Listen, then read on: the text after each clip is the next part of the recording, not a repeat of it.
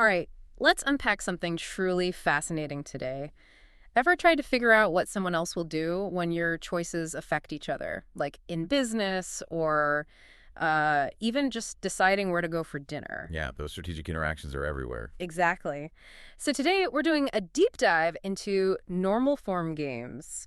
It's a core idea in game theory and honestly a really powerful way to look at these situations. That's right. Normal form, it's a specific way to describe a game. Think less like a branching tree diagram Okay. and more like a grid, a matrix. It's Right. basically a big table, and it's super useful for quickly spotting things like strictly dominated strategies or Nash equilibria. Nash equilibria, right. We'll get to that. We will. Yeah. Now, you do lose some info compared to, say, an extensive form game, like the exact sequence of moves isn't immediately obvious. But you gain that big picture view. Precisely. A full snapshot of all the strategies and all the possible outcomes laid out clearly. So for you listening, think of it like this. The normal form grid shows you every single possible plan of action for every player involved. Yeah. And really importantly, it shows the exact payoff, what each player gets, their score or utility for every single combination of those plans. It's like seeing the whole strategic landscape at once. Yeah, exactly. So the key bits are the player's strategy spaces. That's just the complete set of all possible strategies available to them. Their menu of choices? Kinda, yeah, but more comprehensive. A strategy isn't just one move, it's a full plan. Like, if they do this, then I'll do that, covering all possibilities. Okay, a complete plan. Right. And then you have the payoff functions. These just connect a specific set of chosen strategies, one from each player, called a strategy profile to each player's outcome. Usually a number representing how much they value that outcome. Let's make that concrete. You mentioned a matrix. Yeah, imagine a simple one. 2 players. Yeah. Player 1 chooses the row, say, top or bottom. Player 2 chooses the column left or right. Okay, like a grid. Exactly. And inside each box, or cell, of that grid, there are 2 numbers. The first number is the payoff for player 1, the row player. And the second is for player 2, the column player. You got it. So if the cell for top left has 4, 3, it means if player 1 picks top and player 2 picks left, player 1 gets a payoff of 4 and player 2 gets 3. Simple as that. Got it. Clear. And here's where it gets really interesting, right? Using this to find strategies that just don't make sense. Dominated strategies, yeah. This is where the matrix shines. The classic example is the prisoner's dilemma, isn't it? It really is. Perfect illustration. You've got 2 suspects, right? Held separately. They can cooperate with each other by staying silent, or defect by ratting the other one out.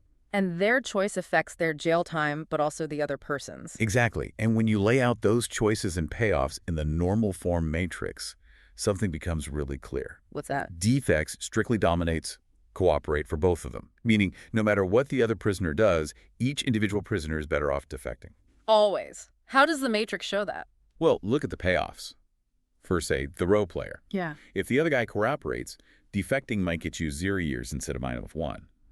If the other guy defects, defecting gets you maybe -5 years instead of -10. The numbers might vary, but the logic holds. 0 is better than -1, and -5 is better than that as a 10. So defecting always gives you a better personal outcome regardless of their choice. Precisely. And since it's true for both players, they both end up defecting. That defect outcome, that's the unique Nash equilibrium, even though they'd both be better off if they both cooperated. Fascinating. Seems counterintuitive for the group, but totally logical for the individual. Now hang on, you said the sequence isn't obvious. Does this matrix thing only work for simultaneous moves? Good question. Not necessarily. You can represent sequential games in normal form too. It just gets a bit more complex. How so? How do you capture the, if they do this first, then I do that part? You have to define the strategies very carefully. For the player who moves second, a strategy isn't just their basic action like left or right. It's more conditional. Exactly. It has to be a complete plan covering every possible move the first player could have made. So player 2 might have strategies like play left if player 1 played top, and play right if player 1 played bottom. Okay, so even contingencies that might not happen based on the actual path taken have to be included in the strategy definition. Right. Player 2 might end up having 4 or more strategies in the matrix, even if they only have 2 basic actions available at their turn. It captures all the conditional logic. So wrapping this up then, what's the big takeaway for you, the listener?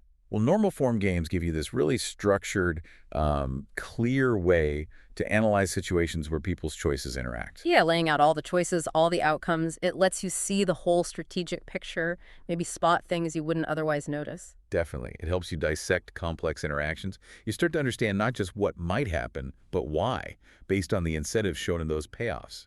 It really sharpens your critical thinking about decisions. So here's a final thought to leave you with. Think about a recent decision you made, maybe even a simple negotiation or interaction. How might framing it as a game, thinking about the players, their strategies, their potential payoffs, change how you understand it?